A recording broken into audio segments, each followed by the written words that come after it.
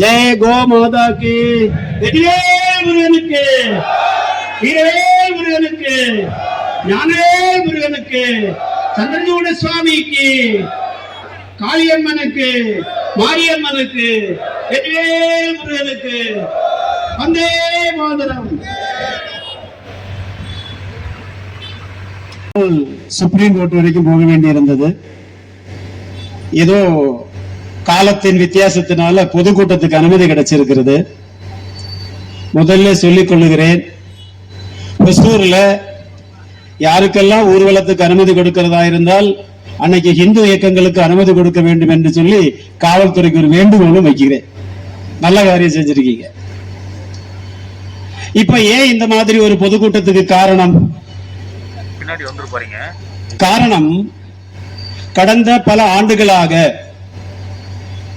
இந்து சமுதாயத்திற்கு உருவாகி இருக்கக்கூடிய வீழ்ச்சிகளுக்கு காரணங்கள் பலதும் இங்கு கோடிட்டு காமிட்டிருக்காங்க. அரசு சட்டம், சுதந்திரத்துக்கு பிறகு தமிழகத்தில் எப்படியெல்லாம் இந்து சமுதாயத்தை இழிவுபடுத்துறதுக்கு இருக்கக்கூடிய வேலைகள் நடந்தது. மதுரையில கிறிஸ்தவர்களுடைய பாதிரியார்கள் பயிற்சி பள்ளி இருக்கிறது, தேம்பாவணின்னு சொல்லிட்டு. ஆக 1970களில் ஒரு பாதிரியார் ஒரு புத்தகம் எழுதி இருக்கிறார். புத்தகம் நாங்கள் எப்படி தமிழகத்தில் கிறிஸ்தவ மதத்தை வளர்ப்பதற்கு உதவியது. அதாவது என்னைக்கு திராவிட கழகம் என்கின்ற ஒரு அமைப்பு இந்து சமுதாயத்தையும் இந்து சமுதாயத்தில் இருக்கக்கூடிய இழிவுகளையும் மாற்றுவதற்காக ஒரு மாற்றுக்கருத்துன்னு சொல்லி பேச ஆரம்பிக்கும் பொழுது அவர்கள் இந்து சமயத்தில் இருக்கக்கூடிய நம்பிக்கைகளை இடைப்படுத்தினார்கள். அவர் ஒரு பொதுக்கூட்டம் நடத்துவார். ஒரு ஊர்ல போயிட்டு கற்பில் சிறந்தவர் கண்ணகியா சீதையா இப்படி எல்லாம் ஆரம்பிப்பாங்க. அடுத்த நாளைக்கு அதே இடத்துல பாதிரிகள் சென்று நின்று இந்து சமுதாயத்துக்கு இருக்கக்கூடிய இழிவுகளை எல்லாம் இழிவுபடுத்தி பேசுவார்கள். அங்கேயே மத மாற்றத்தை நடத்துவார்கள். அந்த பாலிசி தான் இப்போ ஆரம்பிச்சிருக்கிறது. உலகத்துல கிறிஸ்தவ காயத்ரி கேள்விப்பட்டிருக்கீங்களா நீங்க? மேரிபுத்ராய தீமகி தன்னோ ஜூசஸ் பிரஜோதயாத். ஏசு சஷ்டி கவசம் கேட்டிருக்கீங்களா? அதாவது இப்ப ஒரு புதிய மாடல் கன்வர்ஷன் ஆரம்பிச்சிட்டு இருக்கிறது. இந்து சமுதாயத்தில் இருக்கிறது எல்லாத்தையும் காப்பி அடிச்சிட்டு அதெல்லாம் எங்களால தான் கொண்டு வரப்பட்டது. உதாரணம், இயேசு கிறிஸ்து வந்த பிறகுதான் இங்க இருக்கக்கூடிய சனாதன தர்மம் வந்தது, இந்து சமயம் வந்தது. அப்படி எல்லாம் தமிழகத்துல PhD வாங்கி வச்சிருக்காங்க. இப்ப எல்லாம் வெளியே வராது அந்த புத்தகம் எல்லாம். இன்னொரு 50-100 ஆண்டுகள் கழிந்த பிறகு 1980கள் அந்த புத்தகம் சொல்லி வெளியிட்டுருவாங்க. அதோட கூட உலகத்துக்கு ஒரு சரித்திரம் இருக்கிறது. அதாவது ஜோஷுவா ப்ராஜெக்ட். நீங்க எல்லாம் கவனிச்சிருங்க இது என்னன்னு சொல்லி. ஜோஷுவா ப்ராஜெக்ட் இங்க இருக்கக்கூடிய இஸ்லாமியர்களும் கவனிச்சிடணும். ஒரே ஒரு விஷயம், பாரத தேசத்துல தான் ஹிந்து, முஸ்லிம், கிறிஸ்தவ, நாஸ்திக எல்லோரும் சந்தோஷமா வாடுகிறார்கள். இங்க இருந்து கொண்டு நான் ஹதீஸை பாதுகாப்பேன், நான் என்னுடைய ஷரியத்தை தான் பாதுகாப்பேன்னு சொல்லக்கூடிய ஒரு ஆளும் பாலஸ்தீனுக்கு போறதுக்கு தயாரா இல்ல. தனிநாடு வேண்டும் என்று சொல்லி பாகிஸ்தானுக்கு, பங்களாதேஷுக்கு போன ஆளுகள் கூட திரும்பி வந்து கொண்டிருக்கிறாங்க, எங்களுக்கு சிட்டிசன்ஷிப் கொடுன்னு சொல்லிட்டு. காரணம், இந்த சனாதன தர்மம் இருக்கிற வரைக்கும் தான் உலகத்துல சமுதாயத்திலே சமாதானம் இருக்கும். சமாதானம் இஸ் ஈக்வல் டு சனாதன தர்மம். அதுதான் இதனுடைய விளக்கம். ஆகையினால காரணம் என்ன? இந்த உலகத்தில் இருக்கிற சிருஷ்டியை பத்தி சனாதன தர்மம். பாலாஜி பேசும்போது சொன்னாங்க, சோறு போடும் வயல் நமக்கு பூமாதா, அதுதான் சனாதனம். ஆரமுத பசு நமக்கு கோமாதா, அதுதான் நமக்கு சனாதனம். நீர் தரக்கூடிய தண்ணி தான் நமக்கு சனாதனம். இன்னைக்கு நம்ம தண்ணியை பாதுகாக்காதனால தான் தமிழில் ஒரு பழமொழி இருக்கிறது, தாயை பழிச்சாலும் தண்ணியை பழிக்காதுன்னு சொல்லிட்டு. ஆடிப்பெருக்கு வருது, நம்முடைய நதிகளுடைய நிலைமை என்ன? இன்னைக்கு நதிகள் எல்லாம் பாதுகாக்க வேண்டும் என்று சொல்லி போராடக்கூடியது துறவிகள் தான் பண்ணிட்டு இருக்காங்க, யாத்திரை நடத்துறாங்க. காவேரியை பாதுகாக்கிறதுக்கு தலைக்காவேரியில இருந்து பூம்புகார் வரைக்கும் துறவிகள் பாதுகாப்புக்காக பாராட்டுவதற்காக பாத யாத்திரை நடத்தி துறவிகள் பாதுகாக்கிறாங்க. ஆகையினால இந்த சமுதாயத்தை அழிக்கிறதுக்காக உலகத்தில் இருக்கக்கூடிய சிலுவை போர் நடத்திய இஸ்லாமிய கிறிஸ்தவர்கள் நடத்தக்கூடிய அட்டாக்கு தான் இன்னைக்கு உலகத்தில் நடக்கிற போராட்டங்கள். இங்க உட்கார்ந்துட்டு இவ்வளவு எல்லாம் பேசிட்டு இருக்கக்கூடிய ஆட்கள் யாராவது சொல்றாங்களா? இங்க இந்துக்களை எதிர்க்கிறதுக்காக கிறிஸ்தவர்கள் இஸ்லாமியர்கள் ஒன்னா சேர்றாங்க. தயவு செஞ்சு 2 பேரா ஒன்னா சேர்ந்து பாலஸ்தீனுக்கும் ஜெருசலேத்துக்கும் கோஷ யாத்திரை நடத்தி இங்க ஒரு பொதுக்கூட்டம் நடத்துங்க. உங்களுடைய ஒத்துமையை நாங்க அமைச்சு தரேன். பண்ண முடியுமா சார்? பாலஸ்தீனுக்கும் இஸ்ரேலுக்கு நாங்க ஒற்றுமையாக இருக்கிறோம். இங்க இருக்கக்கூடிய எல்லா பாதிரிகளும் எல்லா முல்லாக்களும் எல்லா மௌலவிகளும் வாங்க, வாய்ப்பு இருந்தா நாங்களும் வரோம். காரணம் என்ன சொன்னா, அந்த 2 மதத்துடைய பிறப்பே வெறுப்பு அடிச்சாலமா தான் வந்திருக்கிறது. அதனால யாரு ஒருவர் என்னுடைய கருத்தை ஏற்றுக்கொள்ளவில்லையோ அவரை அழின்னு சொல்லக்கூடியது, இல்லைன்னா அவனை பாவின்னு சொல்லுகிறது, இதுக்கெல்லாம் நான் கலந்து அங்க போறதுக்கு நேரம் இல்லை. காரணம் என்னன்னு சொன்னா, பாரத தேசம் சொல்லக்கூடிய நாடு உலகத்துக்கு வழிகாட்ட வேண்டும் என்பது விவேகானந்தர் உலக நாட்டுக்கு சென்று என்னைக்கு சொற்பொழிவு நடத்தினதோ அன்னையிலிருந்து இன்னைக்கு வரைக்கும் உலக நாட்டில் இருந்துட்டு இருக்குது.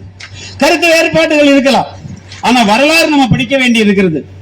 இங்க இருக்கக்கூடிய எல்லா இஸ்லாமியர் கிறிஸ்தவர்களுக்கு அவங்களுடைய முன்னோர்கள் யாருன்னு தெரியும். நான் மங்களூர்ல ஒரு காலேஜுக்கு போயிருந்த ஒரு ஆயுர்வேத ஆஸ்பத்திரியில அங்க ஒரு டாக்டர்கிட்ட பேசிட்டே இருந்தேன். பேசிட்டு இருக்கும்போது அவர் கிறிஸ்தவர், ஆஸ்பத்திரியின் டாக்டர் பேரு வேணும்.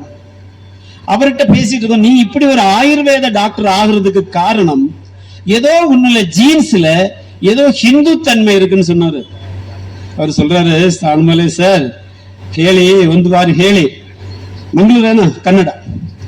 அப்ப அவர் சொன்னாரு, என்னுடைய கொள்ளு தாத்தா ஒரு பிராமணன் சொன்னார். கொள்ளு தாத்தா ஒரு பிராமணன், அவர் எப்படியோ அது காதலிச்சுட்டு ஒரு கிறிஸ்தவ அம்மா கல்யாணம் பண்ணிட்டாங்க. அந்த கொள்ளு தாத்தா ஜீன்ஸ் தான் எனக்கு ஆயுர்வேதத்துல டாக்டரா வந்திருக்காங்க. அவங்களுக்கு தெரியுது இந்த மாதிரி இருக்கக்கூடிய விஷயங்கள். இங்க ஏதாவது ஜோல்சர் இருந்தாச்சுன்னா ஒசூர்ல கிறிஸ்தவர்களும் முஸ்லீம்களும் ஜோசியம் பார்க்க வர்றாங்களா இல்லையா? வர்றாங்களா இல்லையா? ஜோசியத்துல யாருக்கு நம்பிக்கை இருக்கு? காரணம் அவனுடைய உடம்பில் வரக்கூடிய ரத்தம் சனாதன இந்து தர்மத்துடைய முன்னோர்களுடைய ரத்தம். அதனால முகூர்த்தம் பார்த்தா கல்யாணம் பண்ணுவான். புரியுது இல்ல? அதெல்லாம் பார்த்துடுறாங்க. அரசியல்வாதிகள் நாத்திகம் பேசுவான்.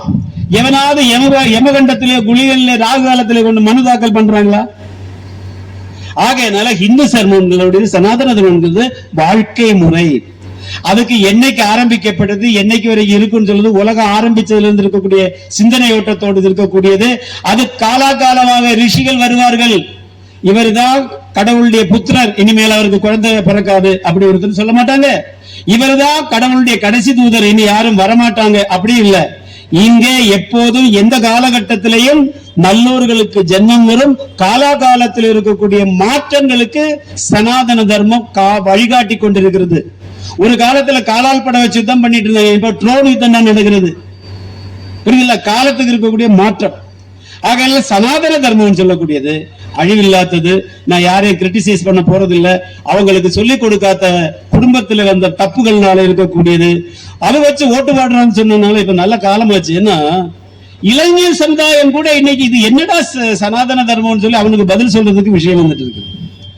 இன்னைக்கு விஸ்வ இந்து பரிஷத் உலகம் முழுவதும் இருக்கக்கூடிய இந்துக்களுடைய ஒரு அமைப்பு. அப்ப யாரு ஹிந்து?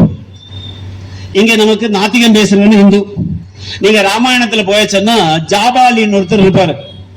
பரதன் காட்டுல வந்து, ராமா நீ திரும்பி வா, எங்களுடைய நாட்டை ஆட்சி நடத்துறதுக்கு நீ வாங்கன்னு சொல்லும் பொழுது ராம வரமாட்டேன்னு சொல்லுவாங்க. அவர் கூட இருக்கக்கூடிய ஒரு முனிவருடைய பேர் தான் இந்த ஜாபாலி. ஜாபாலி அந்த நேரத்துல சொல்லுவாங்க, என்னடா உங்க அப்பா அவனுக்கு காமவரி இருந்தது அப்படி இப்படி எல்லாம் பலதும் சொல்றாங்க. அப்போ வசிஷ்டர் சொல்றாரு கூட இருந்துட்டு, எப்படியாவது ஒன்ன மஞ்சள் திருத்தி கொண்டு வர்றதுக்கு முயற்சி பண்றாரு, அவர் நல்ல தத்துவங்கள் தான் சொல்லிட்டு இருக்காரு சொல்லிட்டு. அதே மாதிரி காலாகாலத்துல கொஞ்சம் கிறுக்குத்தனம் வாங்கக்கூடிய ஜாபாலிகள் எல்லாம் வரும். அதெல்லாம் இந்த சமுதாயத்தை ஒண்ணும் செய்ய முடியாது. ஆகையில ஹிந்து சமுதாயத்துல ஹிந்துன்னு சொன்ன யாரு? விஸ்வ இந்து பரிஷத்து ஆரம்பிக்கிற காலத்திலிருந்தே விஷயம் சொல்றோம். ஹிந்து தர்மம் சனாதனம் சொல்லக்கூடியது ஆச்சரிக்க வேண்டியது, கடைபிடிக்க வேண்டியது. உதாரணம், ஒரு முஸ்லீம் என்ன பண்ணணும்? அவருடைய வேஷபூஷாதிகள் இருக்கிறது. 5 தடவை தொழுகை நடத்தணும், ஹஜ்ஜுக்கு போகணும், ஜக்காத்து கொடுக்கணும், இதெல்லாம் அதோட சேர்ந்துருது. முஸ்லீம் சொல்றது மாதிரி கிறிஸ்தவனுக்கும் அடையாளம் இருக்கிறது. சர்ச்சுக்கு போகணும், ஒரே புத்தகத்தை பைபிளை மாத்தி மாத்தி படிக்கணும், அதெல்லாம் செய்யணும். இப்ப யாரு ஹிந்து? ரொம்ப கஷ்டமா போச்சு இல்ல? விபூதி போட்டவனா, நாமம் போட்டவனா, கோயிலுக்கு போத்தவனா. இன்னைக்கு நீங்க போயிட்டு கடவுளை நம்பலன்னு சொல்லி எழுதி கொடுத்திருக்கக்கூடிய நாத்திகர்களுக்கு அப்ளை ஆகக்கூடிய சட்டம் இந்து சட்டம் தான் இந்த நாட்டுல. ஆகையினால யாரெல்லாம் ஹிந்துன்னு சொல்லியாச்சுன்னா விஸ்வ இந்து பரிஷத் ரொம்ப தெளிவா சொல்றது, இது ஆச்சரணம் நடத்த வேண்டிய விஷயம். யார் யாரெல்லாம் நம்முடைய முன்னோர்கள் பாரதிய ரிஷி சம்பிரோக்தான் யோப்ரோக்தான் சனாதன் அப்படி ஆரம்பிக்கிற ஒரு பாடல் வச்சிருக்காங்க. யாரெல்லாம் பாரதிய ரிஷி பரம்பரை நமக்கு வாழ்வதற்கு வாழ்ந்து காட்டியிருக்கார்களோ அவர்களை பின்பற்றுவர்கள் இந்துக்கள். உதாரணம், இப்ப சாதுர் மாசம் நடக்கிறது. ஆடி மாசம் மழைக்காலம் வந்தாச்சுன்னா துறவிகள் எல்லாம் ஒரு இடத்துல இருந்துட்டு உபாசனை பண்ணுவாங்க. அந்த மாதிரி பண்ணக்கூடிய நேரத்துல நீங்க யாரெல்லாம் உங்களுடைய முன்னோர்களை வழிபடுகிறார்கள், ஆகையினால குலதேவதா, இஷ்ட தேவதா, கிராம தேவதா இதெல்லாம் இருக்கிறது. நீ எங்க போனாலும் கூட நான் இங்க வந்தாச்சுன்னா இங்க இருக்கக்கூடிய மாரியம்மன் கோவிலை கும்பிடணும், அதே மாதிரி சந்திரசூட சுவாமியை கும்பிடணும். இந்த ஊருக்கு இருக்கக்கூடிய செல்வ செழிப்புக்கு காரணம் அந்த மலை மேல உச்சியில இருக்கக்கூடிய சந்திரசூட சுவாமி. அது இந்த ஊர்ல இருக்கக்கூடிய மக்கள் புரிஞ்சுக்கிட்டாச்சுன்னா நல்லது. ஆகையனால கோயில் இல்லாத ஊரில் குடியிருக்க வேண்டாம்னு சொன்னா அந்த கோயில் பார்த்தாலே தெரியும். அப்ப யாரெல்லாம் நம்முடைய ரிஷி பரம்பரையை ஃபாலோ பண்றவங்க, உதாரணத்துக்கு சைவர்கள் வச்சிருக்கோம், நாயன்மார்களுடைய பாடல்கள், முற்றோதல்கள், தேவாரம், திருவாசகம் அதெல்லாம் சொல்லி பாடக்கூடி பாட்டு பாடி வாழக்கூடியவர்கள். நீ விபூதி போடும் மந்திரமாவது நீர் வானவர் வீதர் நீர் என்று சொல்லி பாடும் பொழுது உனக்கு இந்த விபூதி என்ன காமிக்கிறது, உன்னுடைய முன்னோர்கள் என்ன சொல்லி இருக்கிறது. அந்த விபூதி என்ன செஞ்சது, மந்திரமாவது உனக்கு இருக்கக்கூடிய எல்லா தீங்கையும் கஷ்டத்தையும் மாற்ற முடியும்னா ஞானசம்பந்தரை ஞாபகப்படுத்திட்டு உன்னுடைய ரிஷி பரம்பரையை ஞாபகப்படுத்திக்க. அதே மாதிரி இருக்கக்கூடிய 4000 திவ்ய பிரபந்தம் இருக்கிறது, பாகவதம் இருக்கிறது, பகவத்கீதை இருக்கிறது. இது ஒற்றத்தூணு கும்பல்ல ஆயிரக்கணக்கான ரிஷிகள் சொல்லப்பட்ட விஷயத்தை யாரெல்லாம் அவனுடைய கருத்துப்படி பண்றானோ அவனெல்லாம் அவனுக்கு சேர்ந்த கடவுள் வாழ்வாடு. உதாரணத்துக்கு கோயில் இருக்கக்கூடிய சாமி, பிராண பிரதிஷ்டை இருக்கக்கூடிய சாமி, ஜீவனுள்ள சாமி, சாமிக்கு நிவேதி என்ன கொடுப்பான், அவன் பூஜை பண்ற என்ன கொடுப்பானோ அதுதான் கொடுப்பான் இல்லையா. கண்ணப்ப என்னப்பா கொடுத்தாரு, கண்ணப்பன் கொடுத்தது பச்சை மாம்சத்தை சாப்பிட்டு தான் கொடுத்தாங்க. சபரி என்ன கொடுத்தாங்க, அவன் நல்லா ருசிச்சு தான் கொடுத்தாங்க. ஆகையினால நிவேத்தியம் அவர்களுடைய இஷ்டப்பட்டிருக்கக்கூடிய விஷயத்துக்கு தான் கொடுக்கிறாங்க. ஆகையினால ஹிந்து தர்மத்துல இன்னைக்கு இருக்கிற பிரச்சனை என்னன்னா, நமக்கு யாருக்கு நம்முடைய சமய நூல்களையோ நம்முடைய முன்னோர்களோ சொல்லிக் கொடுக்கப்பட்ட விஷயங்கள் நமக்கு சொல்லல.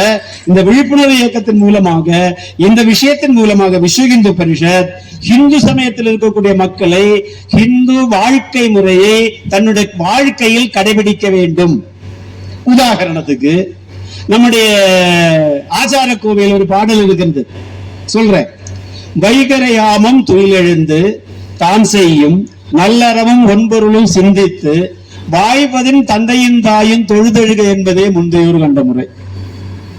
வைகரை பொழுதில்லை, சூரியோதயத்துக்கு முன்னால காலையில எந்திரிச்சு நீ இன்னைக்கு என்ன நல்ல காரியம் பண்ணணும், சமுதாயத்துக்கு என்ன செய்யணும், அதையெல்லாம் சிந்தித்து தன்னுடைய வாழ்க்கையை சரியா நடத்துறவன் அவனுடைய வாழ்க்கை. உதாரணத்துக்கு இங்க ஹோட்டல் இருக்குது, நிறைய ஹோட்டல் இருக்குது, உங்களுக்காக தான் பேசுறேன். அந்த ஹோட்டல்ல கொடுக்கக்கூடிய சாப்பாடு சாப்பிட்டா ஃபுட் பாய்சன் வராதுன்னு கேரண்டி இருக்கா? எத்தனை நாளைக்கு காய்ச்சின எண்ணெயில வடை போட்டிருக்கீங்க? தான் செய்யும் நல்லறவும் ஒன்பொருளும் சிந்தித்து நான் செய்யற காரணத்தினால இந்த சமுதாயத்துக்கு நன்மை நடக்குமா? இது சொன்னது சனாதனம். இது கிறிஸ்தவனுக்கு பொருந்துமா பொருந்தாதா? இஸ்லாமியருக்கு பொருந்துமா பொருந்தாதா? நாத்திகனுக்கு பொருந்துமா பொருந்தாதா? ஏய், நீ கடவுளை கும்பிட வேண்டாம், நீ செய்யும் தொழிலை சரியா பண்ணு. அதனாலதான் செய்யும் தொழிலை தெய்வம் பண்ணு சொன்னாங்க. ஆகையினால ஹிந்து சமயம் நம்முடைய வாழ்க்கை முறையை பாதுகாக்கிறதுக்காக நாங்கள் அதை தன்னுடைய வாழ்க்கைகளை கடைபிடிக்க வேண்டும். அதை சொல்லிக் கொடுப்பதற்காகத்தான் விஸ்வ இந்து பரிஷத் ராமாயணம், மகாபாரதம், பண்பாட்டு வகுப்புகள், தேவாரம், திருவாசகம், சத்சங்கம், நல்லோர் வட்டம் இப்படிப்பட்ட ஏராளமான விஷயங்கள் கோயில்கள் மூலமா நடத்துறோம். ஆனா ஒரு காலத்துல இதெல்லாம் நடத்துறதுக்கு காரணமா இருந்த கோயில்கள் இன்னைக்கு விஸ்வ இந்து பரிஷத்துக்கு போக முடியாது, இந்து மண்ணிக்கு போக முடியாது. ஏன்? அங்க நடக்கக்கூடிய அநியாயத்துக்கு நாம கூட்டு நிக்கிறது இல்லைன்னு சொல்லிட்டு. ஒரு சமுதாயத்துல மதசார்பற்ற நாட்டுல எல்லா மதத்துக்கு சமமான அந்தஸ்து இருக்குன்னு சொல்லிட்டு ஆர்டிகிள் 14, 15, 25 எதுவாரும் சொல்லிக்க. ஆனா இந்துக்களுடைய கோவில் வரக்கூடிய வருமானம் நம்முடைய நாட்டுல அவனுக்கு இருக்கக்கூடிய எல்லா விஷயமும் கடவுளால கொடுக்கப்பட்டது. அதனால எனக்கு கிடைச்சதை நான் சமுதாயத்துக்கு திருப்பி கொடுக்கணும்னு சொல்லும் பொழுது அது கோயில்கள் தான் சொல்லணும். பேசும்போது நம்முடைய கோயில்கள் என்ன இருந்தது? அன்னதானம் பண்ணிட்டு இருந்தது, வித்யாலயம் இருந்தது, நிறுத்தாலயம் இருந்தது, ஆஸ்பத்திரி இருந்தது, வேத பாடசாலை, எல்லா விஷயத்துக்கும் கோயில்கள் தான் காரணம். அதனாலதான் பெரிய பெரிய பிரகாரங்கள் எல்லாம் கட்டி வச்சாங்க. இது ஒண்ணு. அதனால விஸ்வ இந்து பரிஷத், ஹிந்துனா யாரு? தன்னுடைய முன்னோர்கள் ரிஷிகள் சொல்லப்பட்ட பரம்பரையை பாதுகாக்கிறவர்கள். இரண்டாவது என்ன, இன்னைக்கு இருக்கக்கூடிய இந்து சமுதாயத்துக்கு பாதுகாக்க வேண்டி இருக்கிறது. ஏன்னா எப்பவுமே நல்ல சக்திகளும் தீய சக்திகளும் சமூகத்தில் இருக்கும்.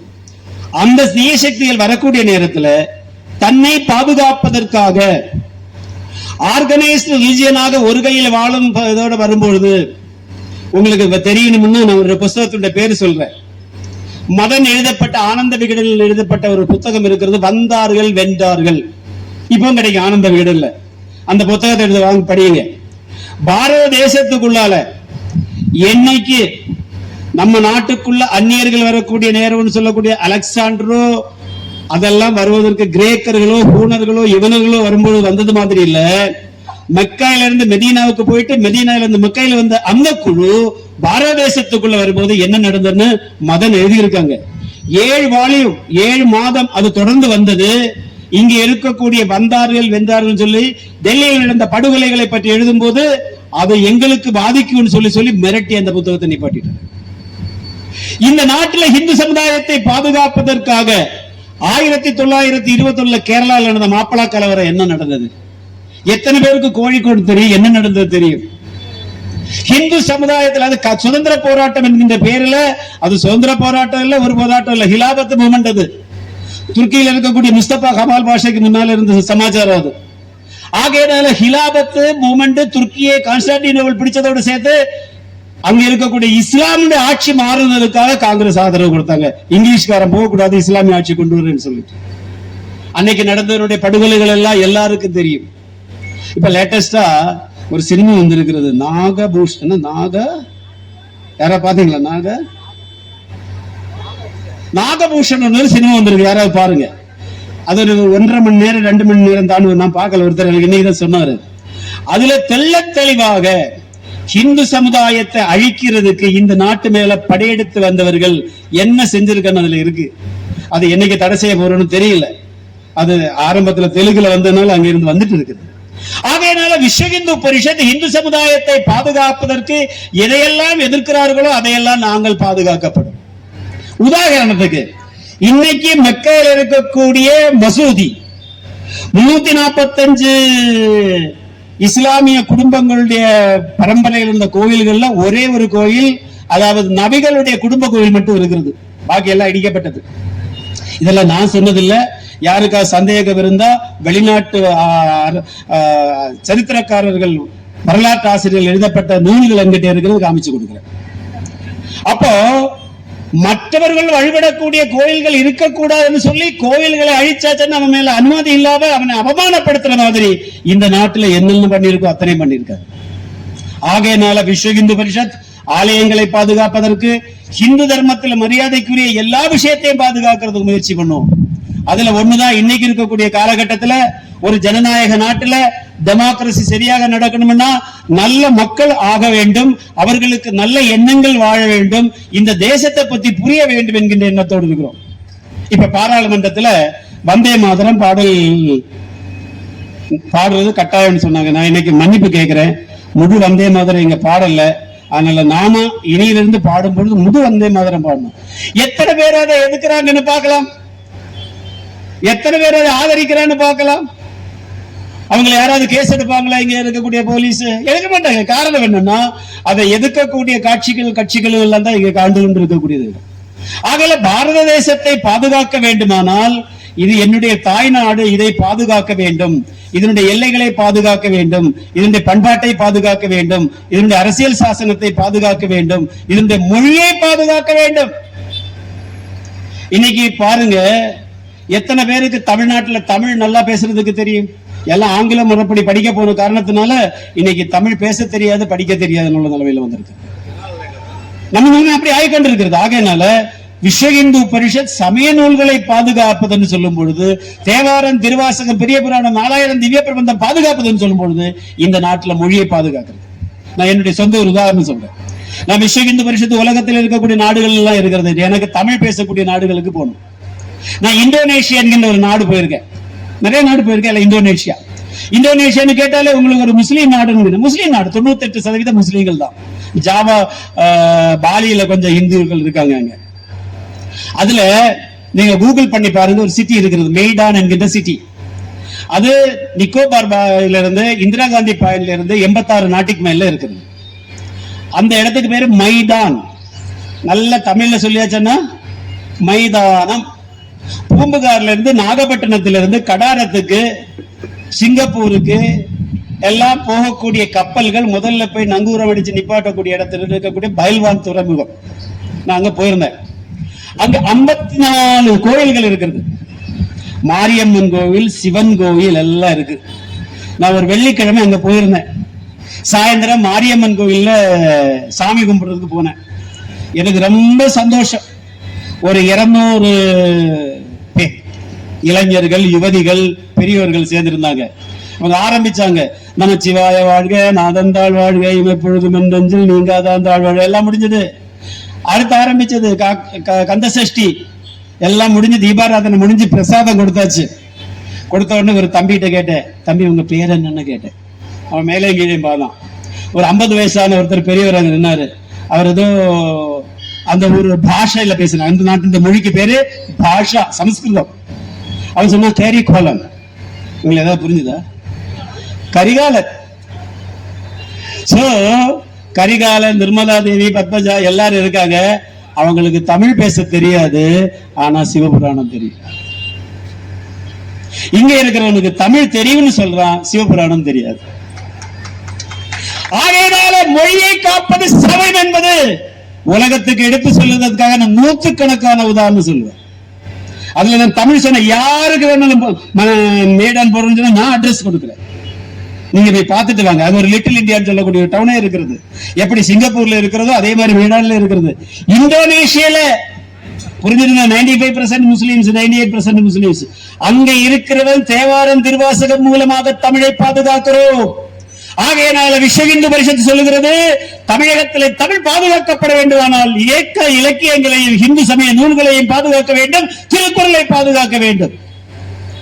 இன்னைக்கு திருக்குறள் எழுதி இருக்கக்கூடியதெல்லாம் எத்தனை பேருக்கு அது தெரியும்? விளக்க சொல்ல வேண்டி இருக்கிறது. ஆகையினால விஸ்வ இந்து பரிஷத்து பாதுகாக்கணும்னு சொல்லும் போது கோயில்கள், பூஜை முறைகள், வழிபாடு, குடும்பம், நதி எல்லாத்தையும் பாதுகாக்கிறதுக்காக சில நேரத்தில் நாங்கள் போராட்டம் நடத்துவோம். அதுல ஒரு பெரிய போராட்டம் தான் அயோத்தியா கோவில் போராட்டம். இப்ப எல்லாருக்கும் அயோத்தியன்னு சொன்னா பாலாஜி பேசும்போது சொன்னார் ஒருத்தர், 2 சாமியார்கள் உண்டியல் திருடுற மாதிரி இருக்குது. ஒரு 2 நிமிஷம் அதுவும் உங்களுக்காக சொல்றேன், இந்த ஊர்ல இருக்கிற எல்லாரும் தெரிஞ்சுக்கணும்.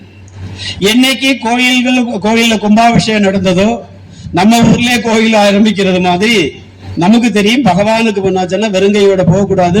ஒண்ணும் இல்லைன்னா கையில பக்கத்துல கடையில கிடைக்கலன்னா கூட ஏதாவது உண்டியல்ல நம்ம போடுவோம். அந்த கோயில் விஸ்வ இந்து பரிஷத்து கோயில் இல்லை. ஆனா விஸ்வ இந்து பரிஷத்து தான் அந்த கோயில் வர்றதுக்கு காரணம். ஆகையினால நமக்கு மறைமுகமாக நமக்கு அதுல ஒரு பந்தம் இருக்கிறது. சுப்ரீம் கோர்ட் சொன்னதனுடைய அடிப்படையில் ஆரம்பிக்கப்பட்ட ஒரு சந்திதா அந்த ராம ஜென்மபூமி தீர்த்த கஷேத்ரா ட்ரஸ்ட். அந்த ட்ரஸ்டினுடைய செக்ரட்டரி விஸ்வ இந்து பரிஷத்துடைய காரியகர்தா. இந்த உண்டியல் வந்த உடனே இங்க இருக்கக்கூடிய பல ஆளுகளுக்கு தெரியும், ராமர் கோவிலுக்கு பணம் வசூல் பண்ணும்போது எந்தெந்த பேங்க்ல நாங்க பணம் டெபாசிட் பண்ணோம். ஒரு பேங்கினுடைய பேரு ஸ்டேட் பேங்க் ஆஃப் இந்தியா, இன்னொன்னுக்கு பேரு பஞ்சாப் நேஷனல் பேங்க், இன்னொன்னு பேங்க் ஆஃப் பரோடா. இந்த 3 பேங்குக்காரங்களுக்கு சொன்னோம், நீங்க இந்த உண்டியல் எடுத்து உங்க அக்கௌண்ட்ல போட்டு தீர்த்த கஷேத்திர அக்கௌண்ட்ல கொடுக்கணும்னு சொல்லி ஒரு MOU, memorandum of understanding, mutual understanding. அதனுடைய அடிப்படையில விஸ்வ இந்து பரிஷத்தின் ஆளே இல்ல, தீர்த்த கஷேத்திரத்தினுடைய ஒரு சூப்பர்வைசர், அந்த உண்டியல் கொண்டு போகும்போது ஒரு உதவிக்கு ஒரு ஆளு, 2 பேரு தீர்த்த கஷேத்திரத்தினுடைய ஆளு. பாக்கி எல்லா ஆட்களும் ஸ்டேட் பேங்க் ஆஃப் இந்தியாவுடைய எம்ப்ளாயிஸ். புரிஞ்சிருச்சா? அவங்க டெய்லி உண்டியல் ரொம்ப உண்டியல் எண்ணக்கூடியவங்களுக்கு ஒரு யூனிஃபார்ம் இருக்கிறது. சட்ட வேட்டி எல்லாம் இல்லாம இந்த ஆஸ்பத்திரியில் ஆபரேஷன் போச்சுன்னு ஒரு யூனிஃபார்ம் போடுவாங்கல்ல, அதே மாதிரி ஒரு சட்டை பாக்கெட் ஒண்ணும் இல்லாத கழுத்துல இருந்து கீழே வரைக்கும் இருக்கிற யூனிஃபார்ம். இது எடுத்து கொண்டு போய் எண்ணி கையெழுத்து போடணும். சூப்பர்வைசர், தீர்த்த கஷேத்திரத்துடைய சூப்பர்வைசர் கையெழுத்து போடுவாங்க, அந்த பேங்கினுடைய சூப்பர்வைசரும் கையெழுத்து போடுவாங்க.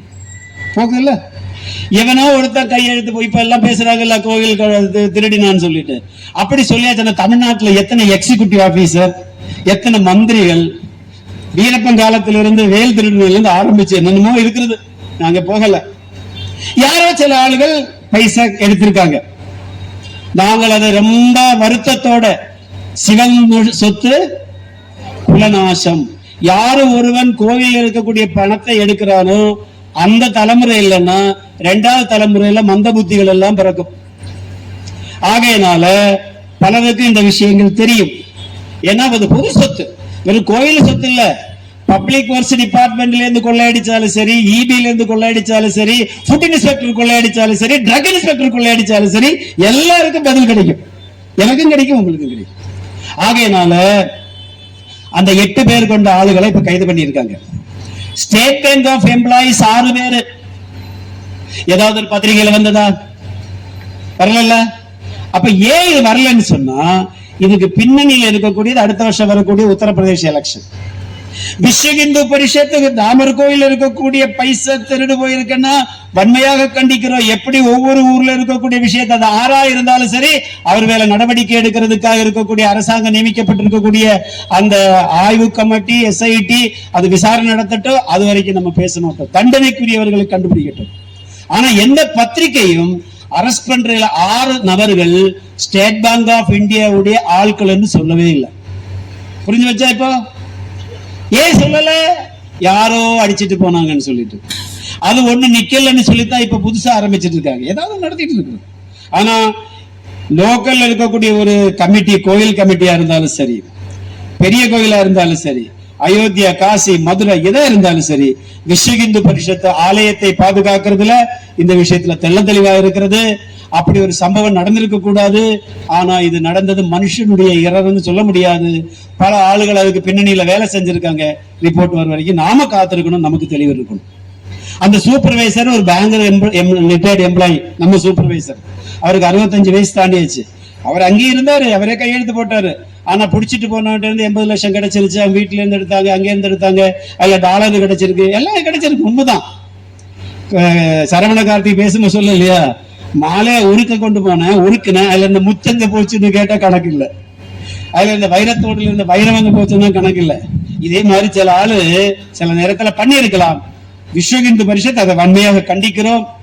அதே மாதிரி இப்ப நடந்து கொண்டிருக்கக்கூடிய இந்த அரசியல் கட்சிகள் நடத்தக்கூடிய கூத்தையே நம்ம கண்டுக்கிறோம். ஆகல விஸ்வ இந்து பரிஷத்து பாதுகாக்கிறது, ப்ரொடெக்ட் பண்றதோடு சேர்த்து இந்து சமுதாயத்தை வளர்க்கறதுக்காக வேலை செய்யறோம். உலகத்துல 26, 28 நாடுகள்ல விஸ்வ இந்து பரிஷத்து ரெஜிஸ்டர்ட் ஆர்கனைசேஷன் வேலை செஞ்சுட்டு இருக்கோம். உலகத்துல எந்த மூலையில இருக்கக்கூடிய இந்து சமுதாயத்துக்கு ஏதேனும் பிரச்சனை வந்தாச்சுன்னா உலக நாடுகளில் இருக்கக்கூடிய அத்தனை இந்துக்களுக்கு விழிப்புணர்வு பண்றதுக்கு வேலை செஞ்சுட்டு இருக்கோம்.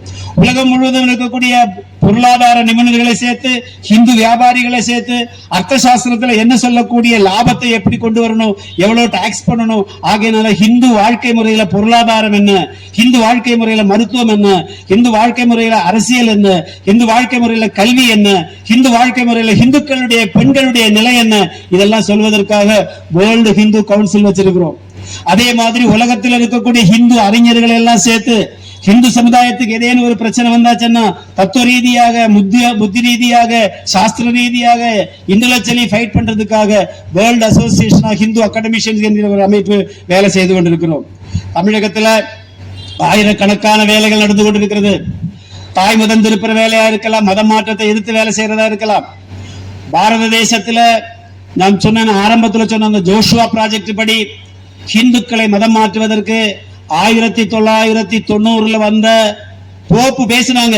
The coming millennium is we are going to harvest in Christianity. நான் இன்னைக்கு காலையில கொசூர்ல வரும்போது ஒரு பள்ளிக்கூடத்துடைய பேரு பார்த்து, ஒரு bus, harvest international matriculation school. அந்த பேரு சொல்றதுனால தப்பா எடுத்துடாதீங்க.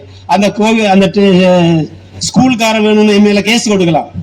ஹார்வெஸ்ட் இன்டர்நேஷனல் சொல்லியாச்சுன்னா இங்க இருக்கக்கூடிய ஹிந்து சோல்களை எல்லாம் அறுவடை பண்ணுவதற்காக அந்த போப்பு சொன்னதனுடைய கண்டினியூஷன் தான் அங்க பண்ணிட்டு இருக்காங்க. ஆகையினால அந்த பள்ளிக்கூடத்துல மதமாற்றம் நடக்கிறதான்னு ஒரு தடவை பார்க்கணும். அது யாரு நடத்துறன்னு பார்க்கணும். எனக்கு தெரியாது, இந்து நடத்துறானோ கிறிஸ்தவ நடத்துறானோ. அந்த போர்டு பார்த்தவொடனே எனக்கு சந்தேகம் வந்துருச்சு. அந்த சந்தேகத்தை உங்க முன்னால வைக்கிறேன். ஆகையினால இந்த ஜோஷுவா ப்ராஜெக்ட் மூலம் கன்வர்ஷன் நடத்துவதற்கு வேலை செய்யறோம். நான் கன்னியாகுமரி மாவட்டத்தை சேர்ந்தவன். 1960 எவ்வளவு பாப்புலேஷன் இருந்தது, 70 எவ்வளவு பாப்புலேஷன் இருந்தது, 80 எவ்வளவு பாப்புலேஷன் இருக்கிறது, இன்னைக்கு எவ்வளவு பாப்புலேஷன் இருக்கிறது. அங்க ஒரு ஹிந்து கிறிஸ்டியன் மெஜாரிட்டி இருக்கக்கூடிய இடத்துல ஜெயிக்க முடியாது. இவ்வளவு சொல்றாங்களா, ஜோசப் விஜயுடைய பார்ட்டி ஏன் கன்னியாகுமரி ஜில்லையில ஜெயிக்கல? ஜெயிக்கணும் இல்ல, அவர் எல்லா இடத்துல இருந்திருக்கணும். அங்க சிறுபான்மையினர் ரொம்ப தெளிவா இருக்காங்க. ஹிந்து மெஜாரிட்டியா இருக்கக்கூடிய கன்னியாகுமரி தொகுதியில் மட்டும்தான் ஹிந்து வெற்றி பெற முடியுமே தவிர வேற எந்த இடத்திலே முடியாது.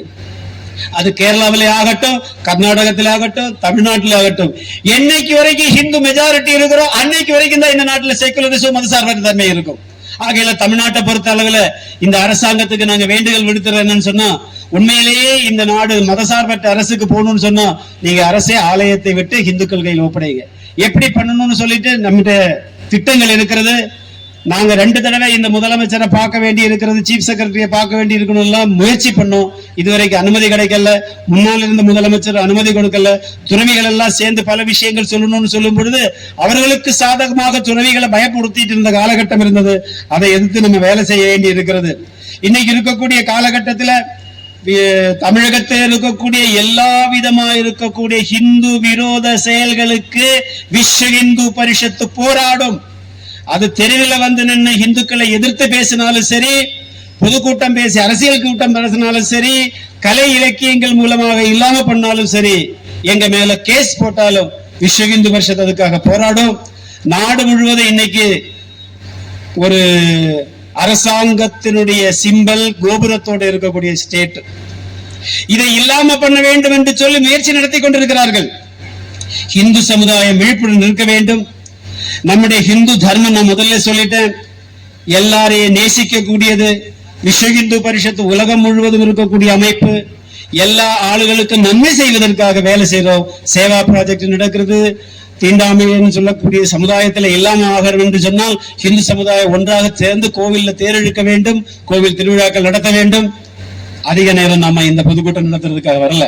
ஏன்னு சொன்னா நம்ம இந்த மாநாடு முடிஞ்ச பிறகு நம்முடைய நிர்வாகிகளுடைய கூட்டம் நடக்கிறது. ஆகையினால ஹொசூர்ல இருக்கக்கூடிய பொதுமக்கள் இன்னைக்கு நேற்றைக்கோ இல்ல, இங்கே இருக்கக்கூடிய ஹொசூர் ஹிந்து சமுதாயத்துக்கு நினைவூட்டுகிறேன். ராம ஜென்ம பூமியின் பேரில் துப்பாக்கி சூடு நடத்தப்பட்ட ஊர் இந்த ஊரு.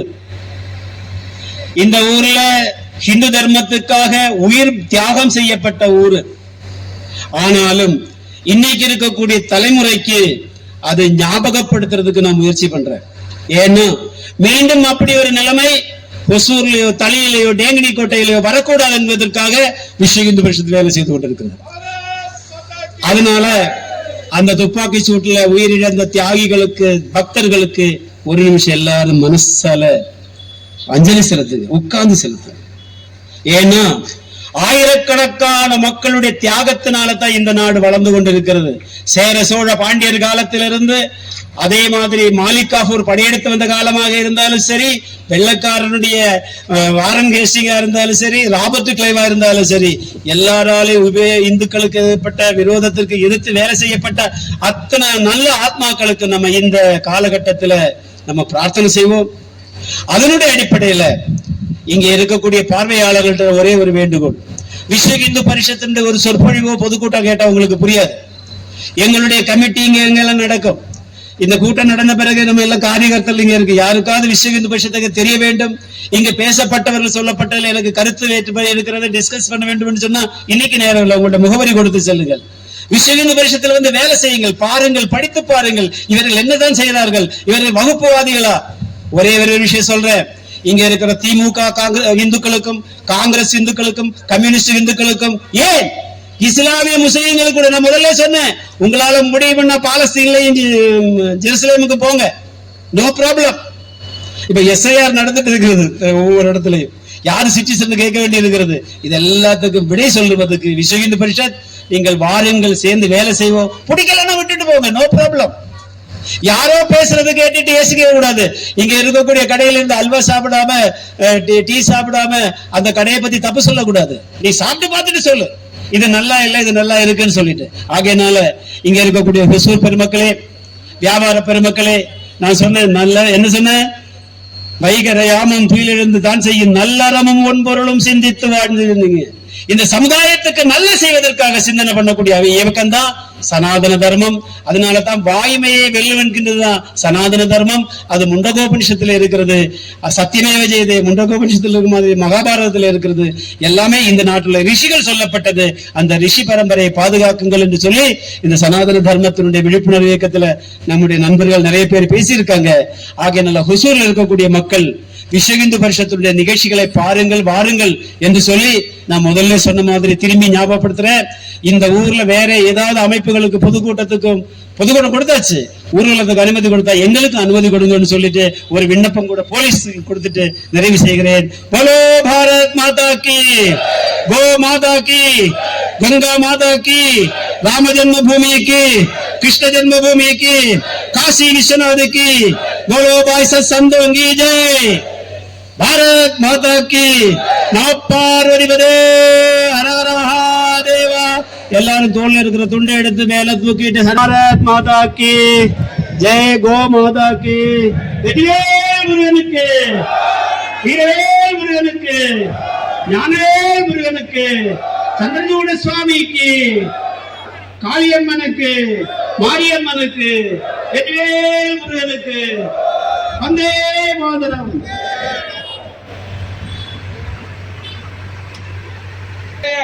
ஸ்ரீமான் சாதுமலையன்ஜி அவர்களுக்கு நன்றியை தெரிவித்துக் கொள்கிறோம்.